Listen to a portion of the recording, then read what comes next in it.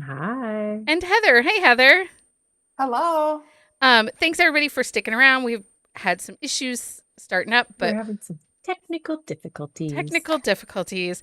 Leah put on her news reporter voice for us. It was very nice. You like that? Yeah. So we are into our new format. It's Wednesday night, and we're diving into our book club style discussions as we sip and chat about whatever our selected title of the week is. Um, and this is a selected title that we we did one quick shot on Dante. I Was it think so. Dante? Do we talk about Joey too? I I, know we talked about Joey. I know we've talked about Joey, but I don't know if we Wait, did let me look it up. I can't remember. quick shots. Oh, I lost my cursor again. So anyway, this episode we are discussing Keres by Sadie Kincaid. hmm Um, Here are the things that you guys should know before we start. This was released April 18th, 2024. Tropes.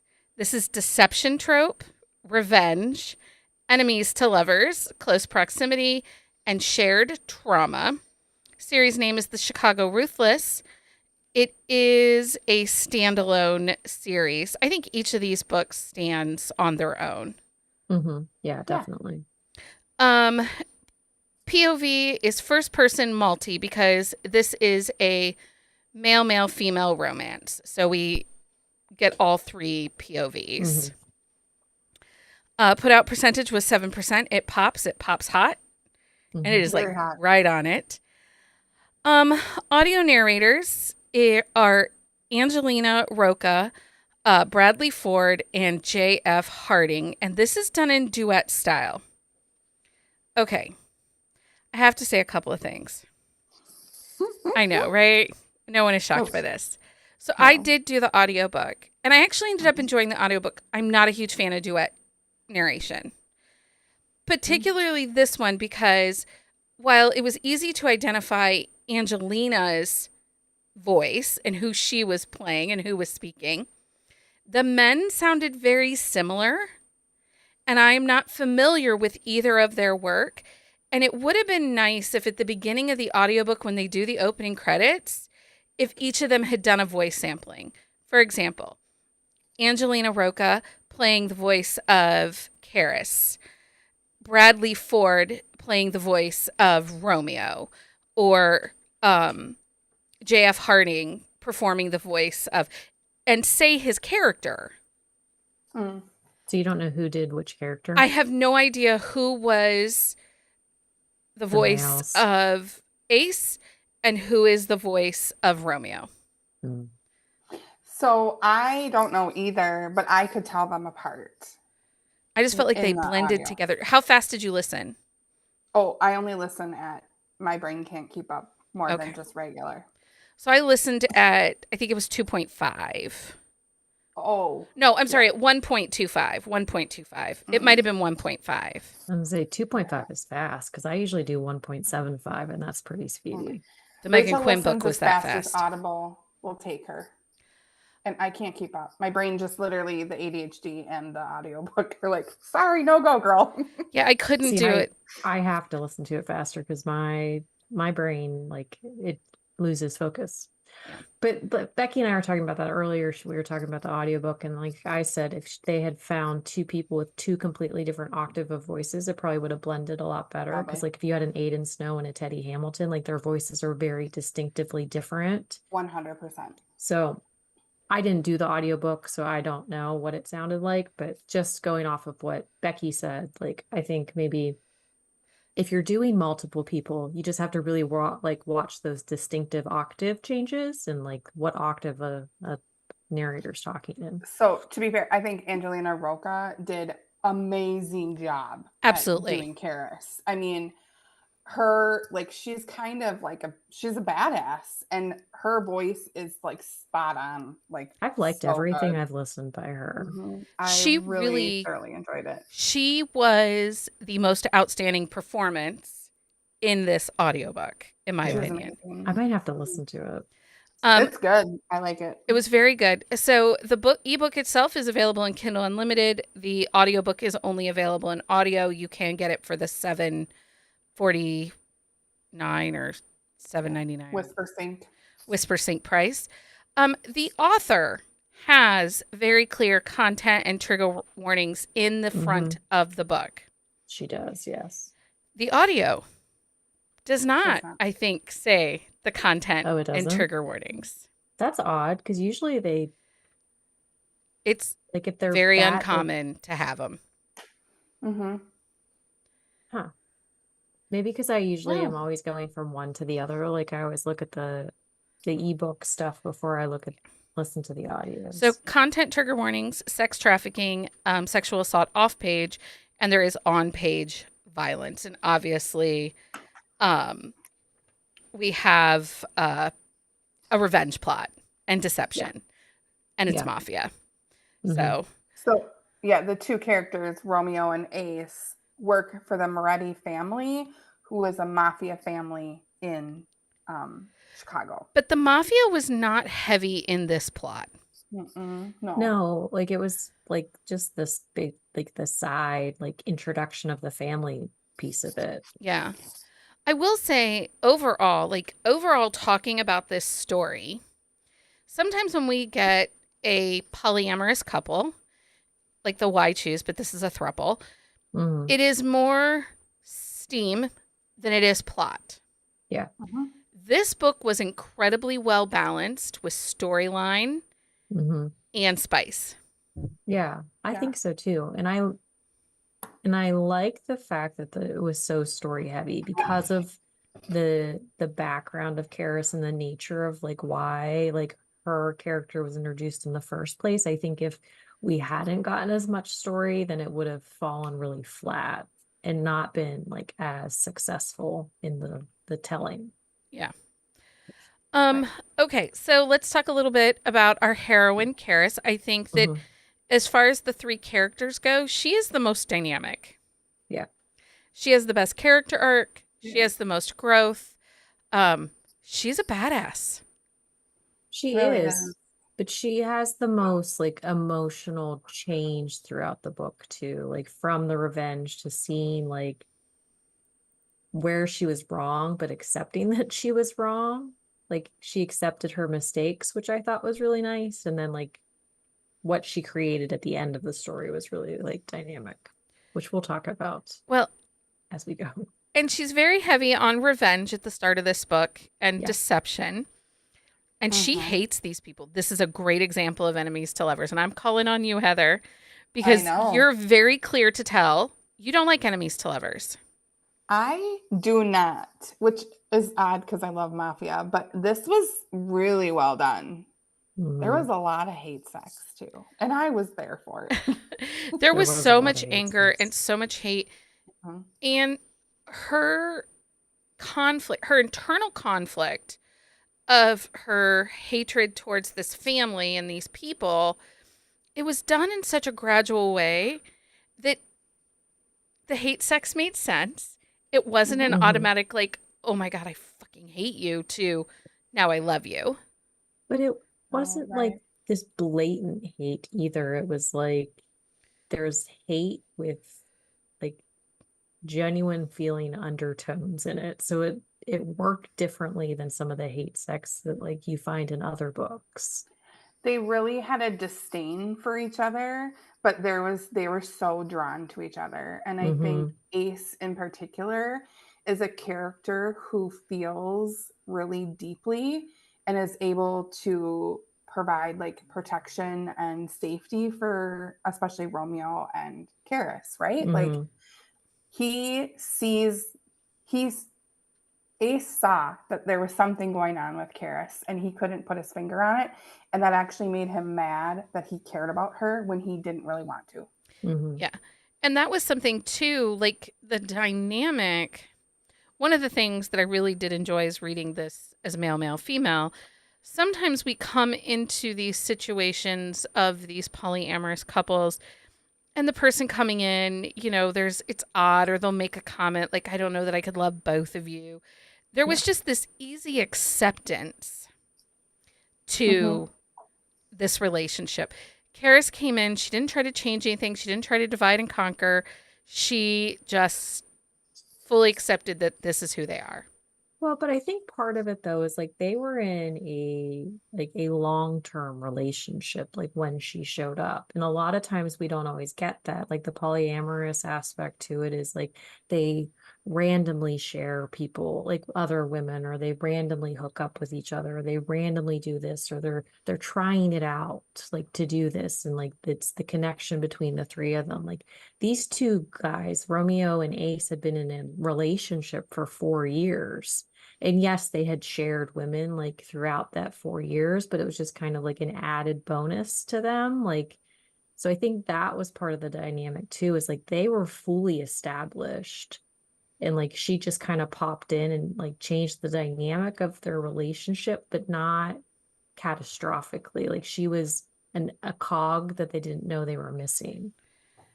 Um, I will also say, Heather, Ace is not a typical caregiver, but in this book, he's a caregiver. He really is. Yeah, I mean, yes. And I also like that it's mafia and that these two are in a relationship, and that's not super common in mafia. So that's a little bit a step Although out of the norm. Joey's hero, what's his name? Max. Max hates them. Mm-hmm. He hates them. He does. Well, because they messed up. Well, And even also they used before to they met, flirt with Joey.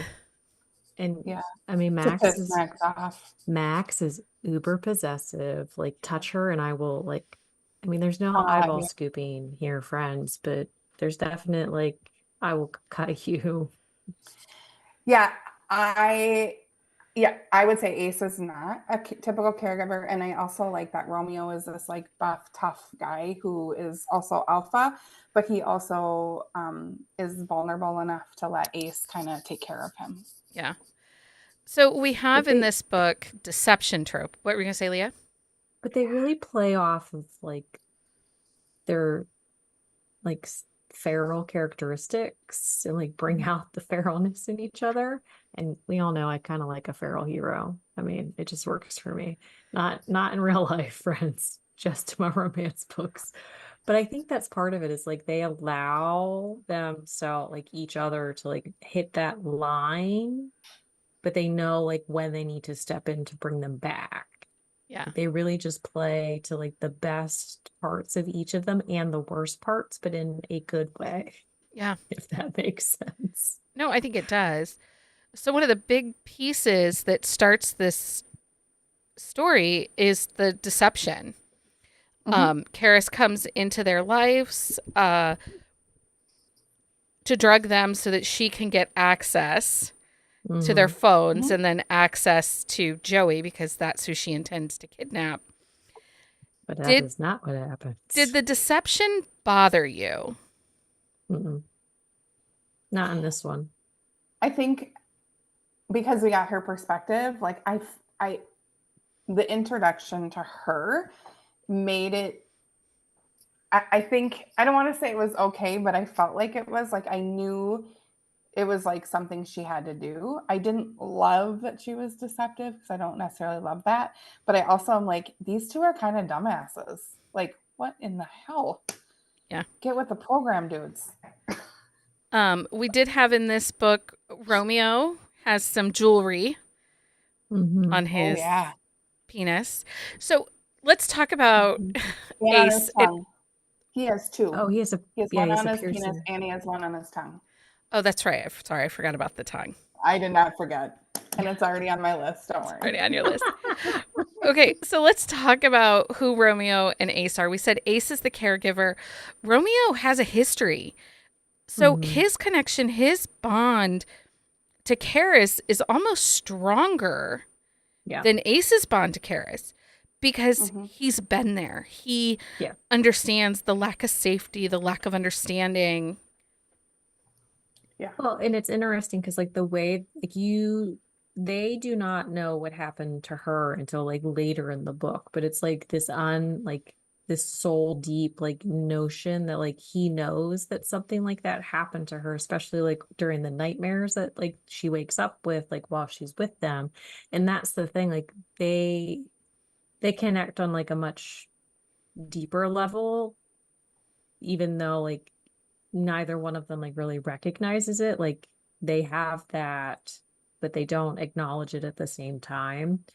But that's the thing, like he's a damaged guy, and like Ace like has healed him in a way he never expected. And so like them like adding Keres and hoping to do the same for Keres as Ace did for him, it like brings it full circle.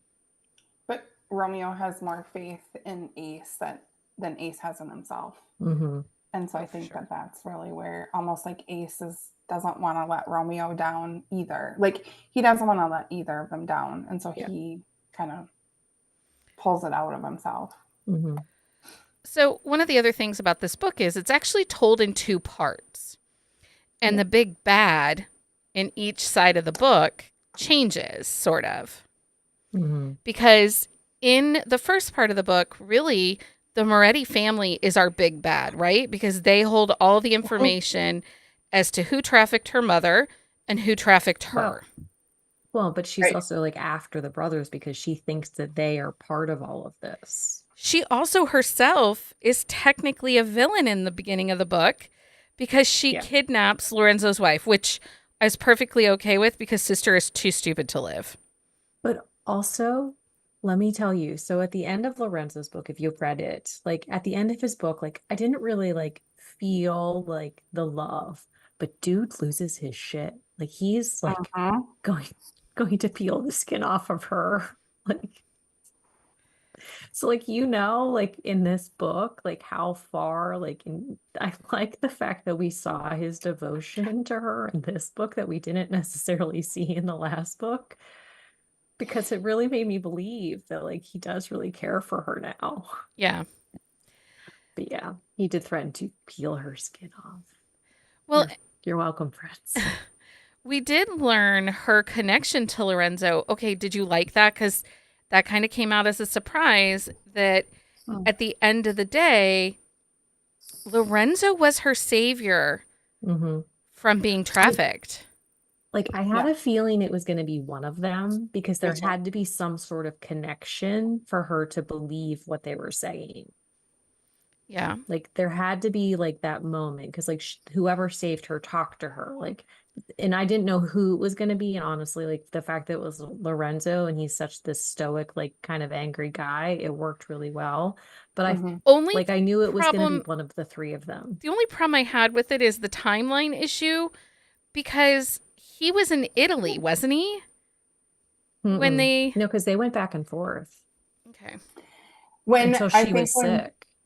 I think when Dante like figured out, I'm trying to like Rolodex back through, because I think as soon as Dante figured out that his dad was into trafficking, I think he called Lorenzo and was like, "Get your ass back to Chicago." He had to. It had to have happened before the start of Dante. Yeah, because it's when they moved the half sister that's the MMA fighter, or no, the former fiance. Yeah, that the father had. Right? Well, no. The ones that are since I read Dante.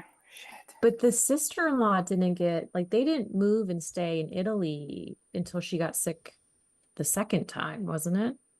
I thought they moved the first time and then she beat it and then they came home when she was sick the second time. Well, so they were home for a while. I just felt like the timeline was a little muddled. I was okay with the timeline. Okay. But I think this is further down the road than Lorenzo because of the kids, right? Because they have because they're on baby number 3. That's true. Okay, so stories in 2 parts. At the end of the first part, Keres loses her best friend, Nyx. And Nyx is part of the reason that she's hell-bent on revenge. She's trying to help her reclaim herself. But it is very clear that Nyx is not well. Yeah.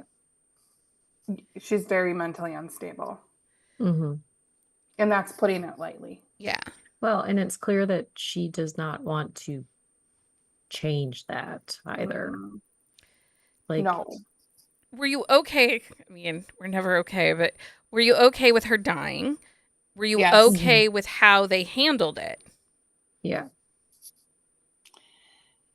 It was a little, I think she got over it very quickly, but I Yeah. feel like through that process, I think she kind of came to the realization that she's really ill and I am not going to be able to help her. Yeah. Because, I Her, mean, she was nervous about Well, she Maya. was nervous the whole time that Yeah, Mia was even with her. So it's right. like and like you figure as like the story played out, like she was even nervous before it all happened because she hadn't been taking her meds. She hadn't been doing all of these things and she was pretty much spiral can't Spiraling. yes, spiraling. that is the word I'm trying to say. Words are hard, friends, and I don't know why. But she was already on that path, like before, like they pulled the trigger Mhm. on any of this. So I think, yes, I feel like she did get over it a little bit soon, but at the same time, I think she realized like this was going to be the outcome no matter what happened, like whether it was her doing it or one of them doing it. Like there was no other way that nobody else was coming out of it unscathed unless that was the end game.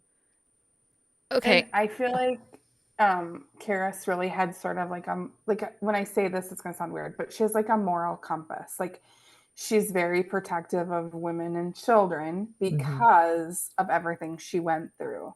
Yeah. Which to me, it's sort of a dichotomy because she kidnaps a woman and then we find out that she's pregnant.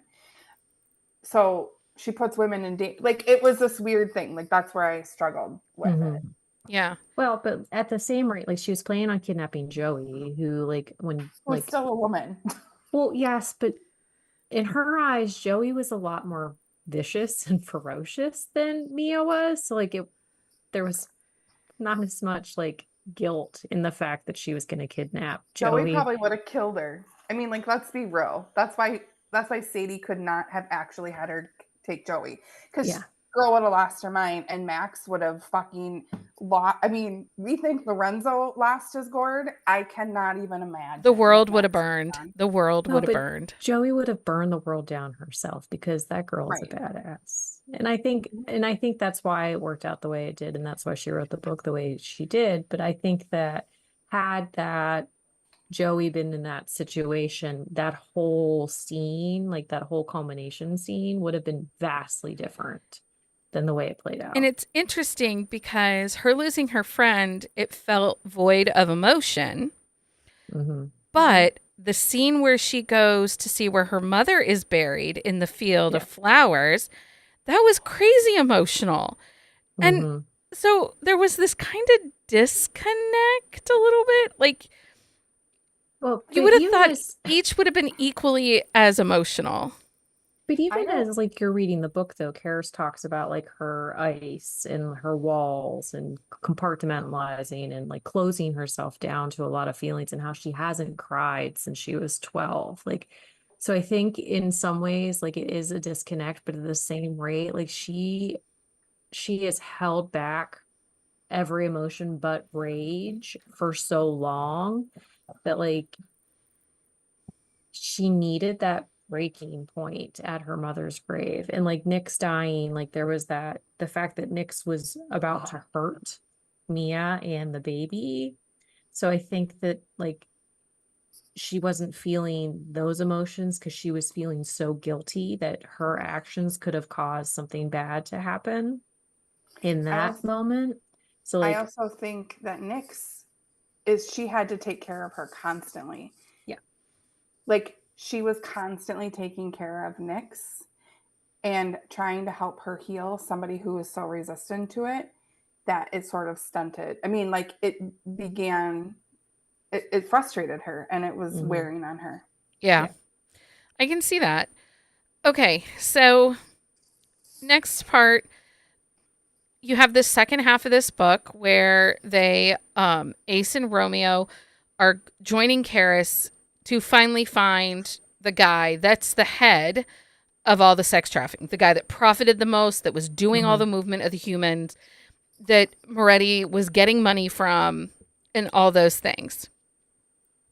And that part of the book, I think, moved really well. Mhm. And he ended up being some random guy that we have never heard his name or anything like that. Mhm. I did like that we saw the New York guys that are the family that's getting the next series of books. Yeah. Same. And I'm super excited about that. The receptionist has got to be his love interest. Well, let me take a gander. You go take a here. gander because I don't she think was she like, has the blurbs up yet, does she? because the receptionist was kind of sassy, right? That or the receptionist is going to be like the bad like girl. You know how there's occasionally like the villain, like the The villain. female, like, Yeah. and she wants to do him and he doesn't want to do her, and she goes after like his love interest. Maybe. It is, the blurb is not up. However, What does she say? Broken is a billionaire, which we knew, marriage of convenience. Oh, I like all those Sign things. this girl up. July 30th, 2024. Sadie Kincaid, if you need someone to read your arc, please just reach out. Okay, so we get in the second half of the book just how dominant Ace is sexually. And Yeah. it like there is a whole scene on a motorcycle. Like Yeah. they get off the motorcycle and he's Oh, like, yeah. I've had fucking enough. Bend over. Well, but I will say though, like he does like we all like we all like the three of us is like we're in a row like up and down, which is why I'm going like this. Like consent is not always necessary in our books. No. But Ace is like, you either are going to say yes to this or you're going to walk away, because he's like, I'm not going to do that to her. So he had like that conscious moment of I need consent, and I mean she did not walk away, so he did things. She didn't. Mm-hmm. Once they burn out the big bad and, he's dead and done, they go back to Chicago. Yeah. And Ace and Romeo don't know what they're going to face because, they lost Mia. And Lorenzo is like, And Keres leaves them at the hotel and goes to Lorenzo first. Mm-hmm. And he gives her a choice.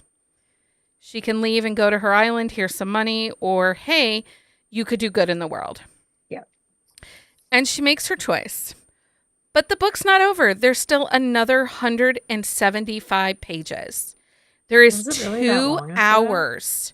There are 2 hours of audio after he has her make her choice. Really? Yeah. So this is a long book, apparently. It's here, let me look. I wanted to chuck my phone over the ending. It was too fucking long. It's 346 pages. But the pacing in the ending was long. That's the thing. Like when she gets the convent and like that whole situation, like and then like they show up and then it's 5 months later or 4 months later. And then there's another 5 months later. And then there's the epilogue. Like you could have just done like the one time jump, like where they're like doing the opening of I didn't mind them coming together. Well, okay. But they did that before the first time jump. Right. Like I didn't mind like they go to the house and he's like, Lorenzo's like, I don't want you two doofuses employed by me, but I hear Keres could maybe use you. And they go to be with her and they confront him. And it's a dark moment that's not a breakup because they're not really together. Yeah. And I liked that. And had it ended there, I would have been content. I would have been content. I would have felt secure in that HEA. I wouldn't have needed an epilogue. Now, because we're doing all these, and because I am a team player, even when nobody else reads the book, hey, listen, we are on week 4 of these. Okay, I just didn't read one. I'm sorry, but that one was not. But I did, and I read it through the epilogue. But what I'm saying is I read this one through the epilogue. Yeah. And I shouldn't have. You know why I shouldn't have? We didn't need it. No, because he doesn't use lube. No. He does not use lube. But he talks about why he doesn't use the lube. Because he wants to feel the tightness and the dryness and the harshness. I'm just saying. It's wrong. If you're part of Buzzing About Romance Patreon, Fancy Drinks or higher level, you would have gotten your use lube, Be Kind, Use Lube coloring sheet, or using lube shows you care. If you love someone, you use lube. Jenny said that's rude. It was really rude. I was very upset. I read an epilogue, and then it had the audacity to not use lube. I think if she, twice, I think honestly, like she could have epilogued like the opening of the center. Like if she wanted an epilogue, like cut out like the first like. But the epilogue was 37 pages long because you had the gala and then the family showed up and then they had to have the sexy times. So like I would have been content with like the opening of the convent and like the center and all that stuff because like that section didn't bug me, but I didn't need the other stuff. Not one single word in the epilogues bothered me at all. I was bothered by the lack of even lube. Though they didn't use lube. I mean, I didn't love but he did. That's fine. I'm going to let your husband know that lube's optional. Heather is not really interested in lube, buddy. Don't do that. We'll tell him when we like, get to whatever. I'm going to make Heather a t-shirt that says lube is optional. Oh my God. I will buy you a shot. No. If you wear that shirt. I'll buy you a shot of like Diet Coke or something. For me. I don't. Yeah. Okay. I don't mind epilogues. I sort of wish that every book the author would write me a Christmas letter just to fill me in on all the things that are happening. But that's different. That's completely different. Those are bonus scenes. That is different. I liked this one. I liked because I feel like Ace and Romeo wanted more out of their life, and she had never even thought, like when Lorenzo said, "What do you want in your life?" And she's like, "Nobody's ever asked me that." Yeah. And so I think she had not had the opportunity to dream about her life. She only thought about Phoenix. And so I don't think she felt secure to dream. Yeah. And this showed she had the security to dream. And again, though, them coming to her and saying, "We want to be here with you in this moment, in this place." Yeah. That would have been fine. Skip all the other 72 chapters between there and the epilogue. I probably wouldn't have hated on the epilogue other than they didn't use lube. Yeah. Yeah. That's the thing. If you're going to make me read an epilogue, authors, please use lube. Well, honestly, like when we had that first like time jump and it was like the 4 months later or whatever, I was like, oh, the epilogue. Like, why didn't she call it the epilogue? But then I kept reading and I was like, oh, that wasn't the epilogue? Like, it just was extra unnecessary stuff. But some people might like that. There is. I am one of those people. Okay. The more I get, the better I happy. So if you enjoyed Keres, what other books might readers have one tonight enjoy? Go for it, Leah. Sarah Bale has her bedtime stories. There's a bunch of thruples and there might be more than 2 also. The Goldilocks one is 3 bears. It's 3 bears, yeah, but it's not more than 3. Retelling. Yeah. But the Bale bedtime stories, like those would work similar to these, and they're like mafia-esque as well. So what do you got? And honestly, if you haven't read Sarah Bale yet, you just need to do it. You do. I have actually the Ryan Brothers by Sadie Kincaid. It's a really good series. Do you want to know what I did? I brought the Ryan Brothers book with me to Denver. I was so excited to see her. I got all flustered. I had left it at the damn table. I never brought it home. But yes, tell me about it. It's a little annoying for myself. I did that. Did you message her? Did you message her? She might have shipped it. Message her. England. Be like, hey, I'm in England. But be like, I'm a dumbass, and I was so flustered and like fangirled in front of you that I left my book on your table. And she is the sweetest human, you guys. Like, Anyway, the other one is the Dare Menage series by Jeannie St. James. It's not dark though. not like Really? mafia, but I don't feel like it's dark. No. She The has some audios, dark-ish. the audios are stellar. I Okay. listen to them on any play, but the ebooks are in Kobo Plus. I will say Homewrecker by Sarah Kate is male, female. I also think she has Mercy is male, female, and Madam is female, male. Mm-hmm. Bound by Shannon Elliott is female, male. That is spicy and has good plot and is polyamorous. Mary Carr has tons. Mm-hmm. Now, Well, often in hers, the swords don't cross, but I think the Yeah. last one they did.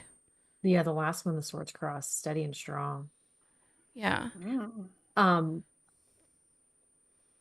Who was I going to say? But she uses lube because she She cares. uses lube. She cares. Dang it.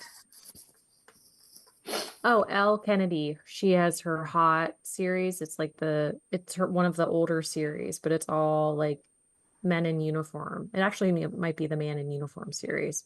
She's since like retitled and stuff, but there's a couple thruples. One is male, female, but she changed the titles in the past couple years, and I couldn't tell you what the name It's is. called Out of Uniform. There you go. It's a 3-book series. So book 3 is a spicy military poly romance. Mm-hmm. Okay. Ladies, men. Yeah. So, but their swords cross. So. And Kelly Jamieson has a couple of really great thruple romances. Well, and Lexi Blake has thruples, and I mean, she has a whole thruple town in her Sophie Oak, but they're like suspense light. But then in her Masters of Mercenaries, there's thruples, and a couple of them the swords cross. So, anyway, Jane Ryland also has a lot of poly books, I think. Mm-hmm. And Mary Carr and Lila DuBois also write Yep. a lot of thruples. Okay. Mm-hmm. So thank you guys for reading Keres with me. You're welcome. Thank you for letting us read Keres. Even with no lube, I still read it.